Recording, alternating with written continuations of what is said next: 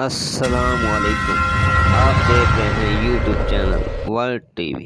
ہمارے YouTube channel کو subscribe کریں اور بیل آئیکن کو لازمی پریس کریں۔ شکریہ۔ بسم اللہ الرحمن الرحیم۔ حضرت یوسف علیہ السلام کا قصہ۔ حضرت یوسف علیہ السلام حضرت یعقوب علیہ السلام کے چھوٹے بیٹے تھے، اور یعقوب علیہ السلام حضرت ابراہیم علیہ السلام کے پوتے تھے۔ اس طرح حضرت یوسف علیہ السلام حضرت ابراہیم علیہ السلام کے پڑپوتے ہوئے۔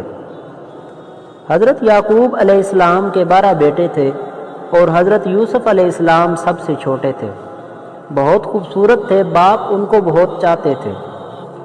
حضرت یوسف علیہ السلام نے ایک خواب میں دیکھا کہ 11 ستارے، چاند اور سورج مجھے سجدہ کر رہے ہیں۔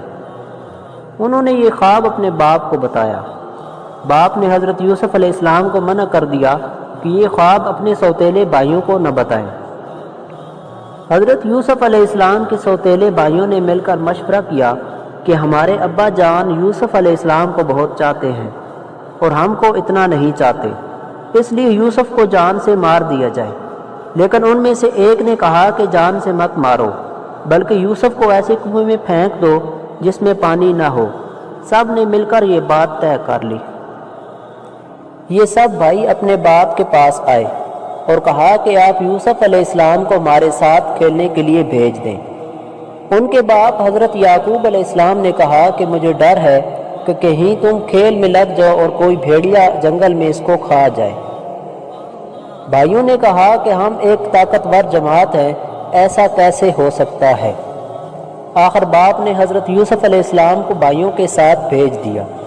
بھائیوں نے ان کو ساتھ لے جا کر ایک اندھیرے کنویں میں پھینک دیا اور رات کو روتے ہوئے گھر واپس آئے اور کہا کہ ابا جان، ہم آپس میں دوڑ لگا رہے تھے اور یوسف علیہ السلام ہمارے سامان کے پاس بیٹھے تھے کہ ایک بھیڑیا آیا اور اس کو کھا گیا۔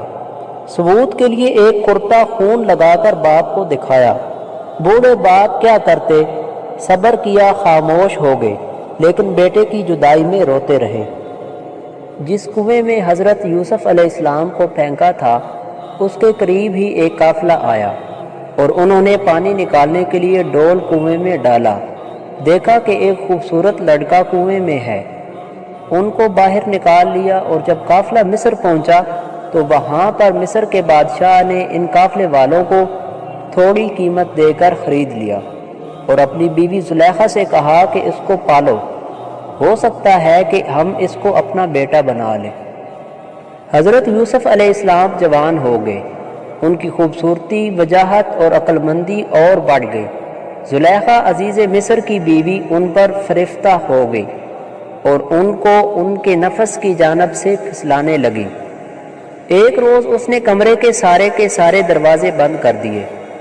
حضرت یوسف علیہ السلام نے یہ حالت دیکھی تو خدا سے پناہ مانگی اور دروازے کی طرف بھاگے۔ زلیخا نے پیچھے سے آپ کی قمیض پکڑ لی، جس سے قمیض پھٹ گئی۔ اس وقت عزیز مصر یعنی زلیخا کا شوہر بھی دروازے پر آ گیا۔ زلیخا نے الٹا الزام حضرت یوسف علیہ السلام پر لگایا اور اپنے خاوند سے کہا کہ یہ شخص تیری بیوی کی بے آبروئی کرنا چاہتا ہے، جس کی سزا اس کو ملنی چاہیے۔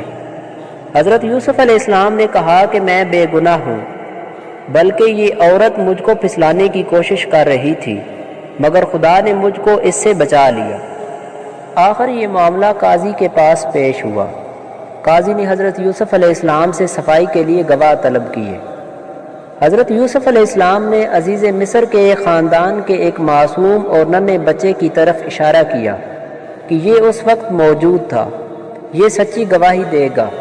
ننھے بچے نے کہا کہ اگر قمیص آگے سے پھٹی ہوئی ہے تو یوسف مجرم ہے، اور اگر قمیص پیچھے سے پھٹی ہوئی ہے تو یوسف علیہ السلام سچے ہیں اور زلیخا جھوٹی ہے۔ جب حضرت یوسف علیہ السلام کا کرتا دیکھا گیا تو وہ پیچھے سے پھٹا تھا۔ عزیز مصر نے حضرت یوسف علیہ السلام سے کہا کہ اس بات کو جانے دو، اور زلیخا سے کہا کہ تو معافی مانگ، حقیقت میں تو ہی قصوروار ہے۔ عورتوں کی دعوت۔ اس واقعے کی خبر سارے مصر میں پھیل گئی۔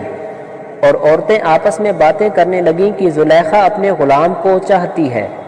جب زلیخا کو اس کا علم ہوا تو اسے اپنی بدنامی کا خیال آیا۔ اس نے ترکیب سوچی، وہ یہ کہ اس نے مصر کی عورتوں کی دعوت کی اور سب کے ہاتھوں میں ایک ایک چھری اور ایک ایک پھل دے دیا، اور اسی وقت حضرت یوسف علیہ السلام کو وہاں لے آئی۔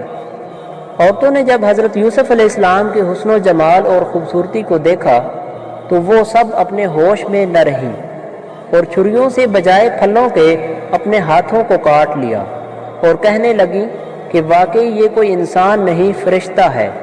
زلیخا نے ان عورتوں سے کہا کہ یہ وہی شخص ہے کہ جس کے لیے تم مجھے ملامت کرتی ہو، میں حقیقت میں اس کو چاہتی ہوں، اگر اس نے میری محبت کو ٹھکرا دیا تو میں اس کو قید کرا دوں گی۔ حضرت یوسف علیہ السلام جیل میں۔ حضرت یوسف علیہ السلام کو جب اس کا علم ہوا تو انہوں نے اللہ تعالیٰ سے دعا کی کہ اے اللہ، تو ہی مجھ کو بچا سکتا ہے، اگر میں ان عورتوں کے فریب میں آ گیا تو میں جاہلوں میں سے ہو جاؤں گا، اس سے بہتر یہ ہے کہ مجھے قید خانہ میں ڈال دیا جائے۔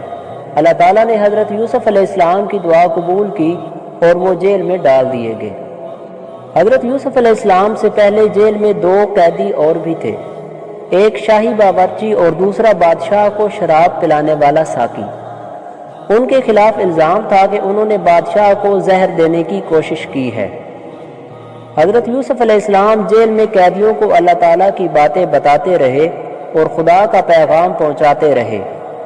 ایک دن یہ دونوں قیدی حضرت یوسف علیہ السلام کے پاس آئے اور انہوں نے کہا کہ ہم نے ایک عجیب خواب دیکھا ہے۔ ساقی نے کہا کہ میں نے خواب دیکھا ہے کہ بادشاہ کو انگور کی شراب پلا رہا ہوں۔ باورچی نے کہا کہ میں نے دیکھا ہے کہ میرے سر پر روٹیاں ہیں اور پرندے ان کو نوچ نوچ کر کھا رہے ہیں۔ یہ خواب بیان کرنے کے بعد انہوں نے حضرت یوسف علیہ السلام سے اس کی تعبیر پوچھی۔ حضرت یوسف علیہ السلام نے بتایا کہ ساقی تو جیل سے چھوٹ جائے گا اور پھر بادشاہ کی ملازمت میں جا کر اس کو شراب پلائے گا اور باورچی کو سولی پر چڑھا دیا جائے گا اور اس کی لاش کو جانور کھائیں گے۔ ایسا ہی ہوا، اللہ تعالیٰ نے ساقی کو رہا کرا دیا اور باورچی کو سولی ہو گئی۔ حضرت یوسف علیہ السلام ان کے بعد بھی سالوں جیل میں رہے، لیکن کسی کو ان کی رہائی کا خیال نہ آیا۔ اتفاقاً ایک مرتبہ مصر کے بادشاہ نے خواب میں دیکھا کہ 7 دبلی گائیں 7 موٹی گایوں کو کھا رہی ہیں اور 7 ہری اور 7 سوکھی ہوئی بالیں دیکھیں۔ بادشاہ نے اپنے درباریوں سے اس کی تعبیر پوچھی، مگر کوئی بھی صحیح جواب نہ دے سکا۔ اس موقع پر ساقی کو یاد آیا کہ اس نے اپنا خواب حضرت یوسف علیہ السلام سے پوچھا تھا اور آپ کا جواب بالکل صحیح ہوا تھا۔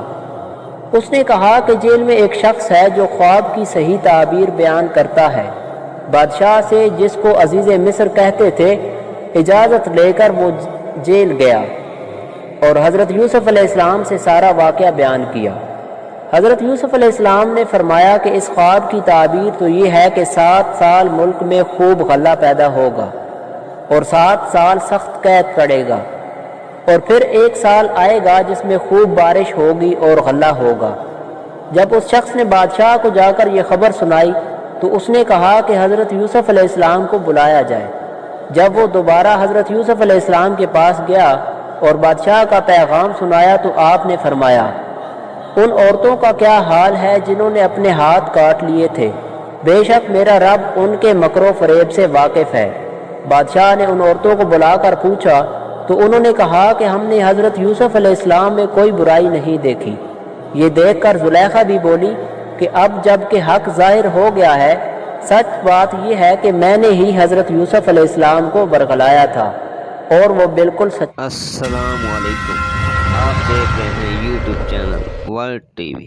ہمارے یوٹیوب چینل کو سبسکرائب کریں اور بیل آئیکن کو لازمی پریس کریں۔ شکریہ۔ حضرت یوسف علیہ السلام بادشاہ بن گئے۔ حضرت یوسف علیہ السلام جب جیل سے رہا ہو گئے تو بادشاہ نے حکم دیا کہ یوسف کو عزت کے ساتھ بلایا جائے، میں شاہی خدمت ان کے سپرد کروں گا۔ حضرت یوسف علیہ السلام آئے اور بادشاہ سے بات چیت کی۔ حضرت یوسف علیہ السلام نے کہا کہ مجھ کو شاہی خزانے کا وزیر مقرر کیجیے، میں اس کی بہتر حفاظت کروں گا بادشاہ نے منظور کیا اور انہیں شاہی خزانے کا وزیر مقرر کر دیا۔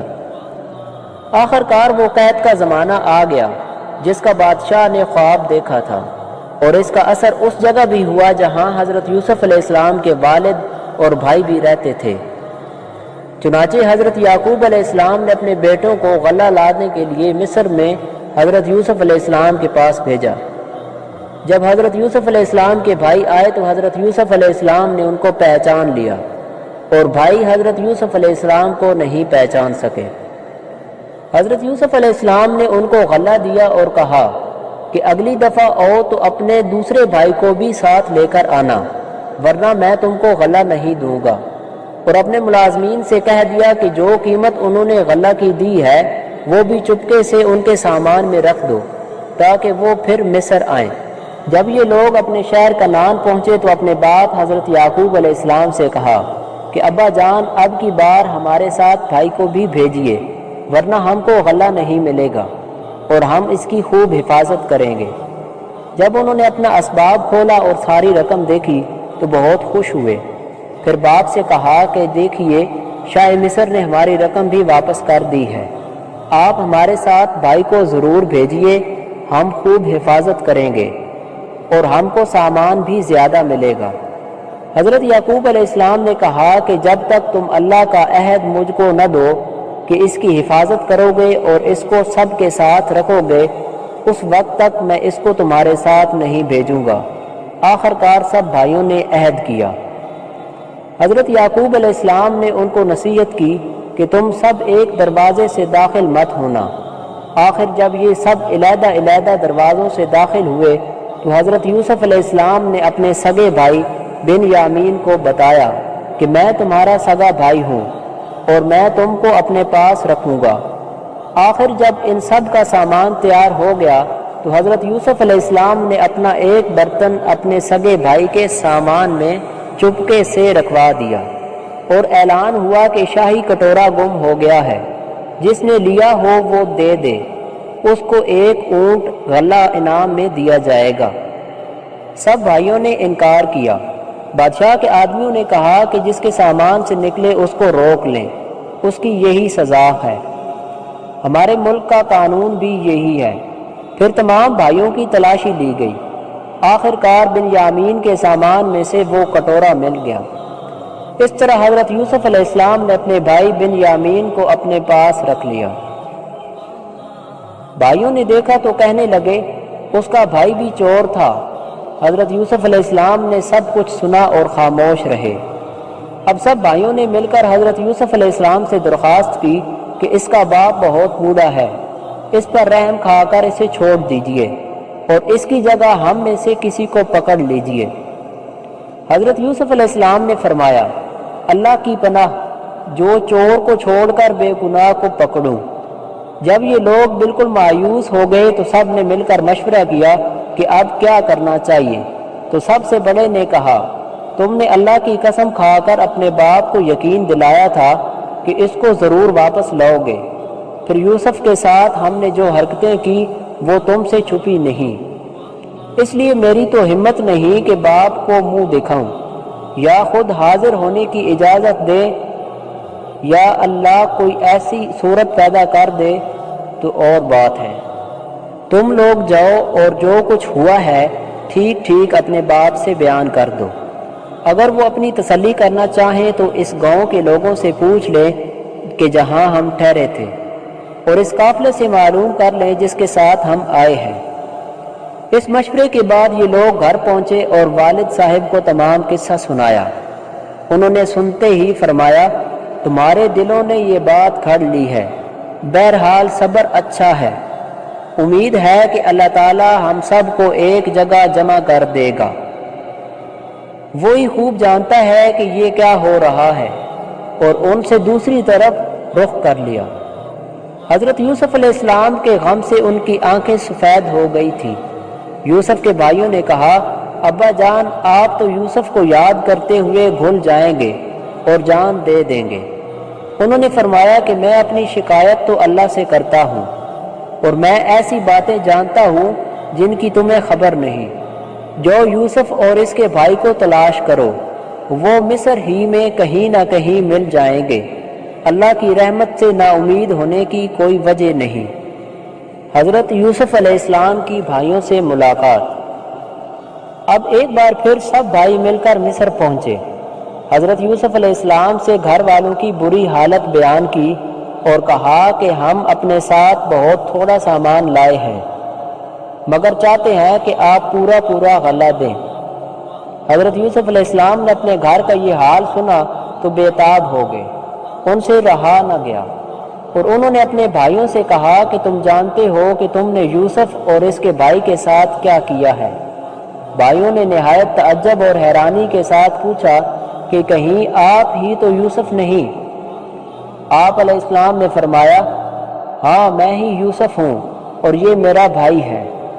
اللہ نے ہم پر بڑا احسان کیا، بے شک جو شخص نیک زندگی بسر کرتا ہے اور صبر سے کام لیتا ہے اللہ اس کا بدلہ ضرور دیتا ہے۔ جب تمام بھائیوں کو یقین ہو گیا کہ جس کے دربار میں ہم اس وقت کھڑے ہیں ہمارے بھائی یوسف ہیں، تو سب نے مل کر اپنے گناہوں کا اقرار کیا۔ آپ نے فرمایا کہ تم کوئی فکر نہ کرو، تم پر کوئی الزام نہیں، اللہ تعالیٰ تمہارے گناہوں کو معاف فرمائے، وہی سب سے زیادہ رحم کرنے والا ہے۔ جو میرا کرتا اپنے باپ کے چہرے پر ڈال دو، ان کی بینائی لوٹ آئے گی، اور پھر سب کو یہاں لے آؤ۔ ادھر قافلہ مصر سے روانہ ہوا اور ادھر حضرت یعقوب علیہ السلام نے اپنے گھر والوں کو خوشخبری دی کہ مجھے یوسف علیہ السلام کی بو آ رہی ہے۔ انہوں نے سنا تو کہا کہ تمہارے سر پر ایک ہی خبط سوار ہے۔ آخر قافلہ آ گیا۔ حضرت یوسف علیہ السلام کا کرتا ان کے سامنے رکھ کر تمام حالات سنائے تو انہوں نے گھر والوں سے کہا، دیکھو میں نے تم سے نہیں کہا تھا۔ آخر سب بیٹوں نے مل کر آپ سے گناہوں کی معافی مانگی اور مصر کو چل دیے۔ حضرت یوسف علیہ السلام سے ملاقات ہوئی تو انہوں نے ماں باپ کو اپنے پاس ٹھہرایا اور کہا، خدا چاہے تو مصر میں امن اور آرام کے ساتھ رہیے۔ پھر ان کو اپنے ساتھ تخت پر بٹھایا۔ سب کے سب بھائی شاہی آداب بجا لائے۔ آپ نے فرمایا، یہ میرے خواب کی تعبیر ہے، اللہ نے اس کو سچ کر دکھایا۔ اس نے مجھ پر بڑا احسان کیا جو مجھے قید سے چھڑایا، اور شیطان نے جو فساد میرے اور میرے بھائیوں کے درمیان ڈال دیا تھا آپ سب کو دیہات و بیاباں سے یہاں لے کر آیا۔ بے شک میرا رب خیر کی حکمت جانتا ہے۔ اے میرے پروردگار، تو نے مجھے حکومت دی، باتوں کا مطلب سمجھا دیا۔ اے زمین و آسمان کے پیدا کرنے والے خدا، تو ہی دنیا اور آخرت میں میرا کام بنانے والا ہے، مجھے مسلمان ہی مارنا اور نیک بندوں کے ساتھ ملا دینا۔ غرض ایک عرصہ تک حضرت یوسف علیہ السلام اللہ کے بتائے ہوئے قانون کے مطابق مصر میں حکومت کرتے رہے، لوگوں کو اللہ کی طرف بلاتے رہے، برائیوں سے روکتے رہے اور بھلائیوں کو پھیلاتے رہے۔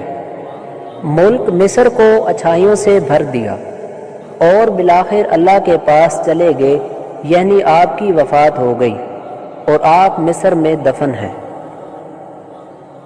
دیکھیے حضرت یوسف علیہ السلام کو بھائیوں کی وجہ سے کیسی کیسی تکلیفیں اٹھانی پڑی۔ اندھیرے کنویں میں رہے، غلام بنے اور جیل خانہ میں رہے، لیکن جب یہ سب اللہ کی آزمائشیں پوری ہو گئی اور اللہ پاک نے ان کو مصر کا بادشاہ بنا دیا تو بھائیوں سے کوئی بدلہ نہیں لیا، بلکہ اللہ تعالیٰ سے ان کے گناہوں کی معافی کے لیے دعا کی اور خود بھی معاف کر دیا۔ قرآن شریف میں ایک دوسری جگہ ہے جس کا مطلب یہ ہے کہ اگر تمہارے ساتھ کوئی زیادتی کرے اور تم اس کے بدلے اس کے ساتھ نیکی اور بھلائی کرو تو تمہارا دشمن تمہارا حقیقی دوست بن جائے گا۔ اللہ تعالی ہم سب کو ایسی ہی توفیق دے، آمین۔ ہمارے چینل کی نشریات، انبیاء کرام کی زندگی کے اہم واقعات، سیرت النبی صلی اللہ علیہ وسلم، صحابہ کرام کی زندگی کے اہم واقعات، خلفائے راشدین کے بارے میں حیرت انگیز معلومات، تمام اسلامی غزوات کے پس منظر اور نتائج، تمام اسلامی سبق آموز واقعات۔ آپ کے تعاون کا بہت بہت شکریہ۔ ہمارا تعلق کسی بھی فرقے یا گروہ سے نہیں، ہمارا مقصد اللہ کی رضا کے لیے نیکی کا پیغام امت مسلمہ تک پہنچانا ہے۔ اللہ اور اس کے رسول کا یہ پیغام دنیا کے آخری کونے تک پہنچانے میں ہمارا ساتھ دیجیے۔ ہمارے چینل کو سبسکرائب کریں اور ہمارے فیس بک پیج کو لائک کر دیں اور ہماری ویڈیوز کو شیئر کیا کیجیے۔ یہ صدقہ جاریہ ہے جس کا ثواب تا قیامت ہمیں ملتا رہے گا۔ اپنا خیال رکھیے گا، اللہ تعالیٰ کے احکامات کو پورا کرنے اور حضور نبی کریم صلی اللہ علیہ وسلم کے طریقوں کے مطابق زندگی گزارنے کی کوشش اور نیت ضرور کیجیے گا۔ درود شریف کا کثرت کے ساتھ ورد کیجیے گا اور لوگوں کو بھی اس کی تلقین کرتے رہیں۔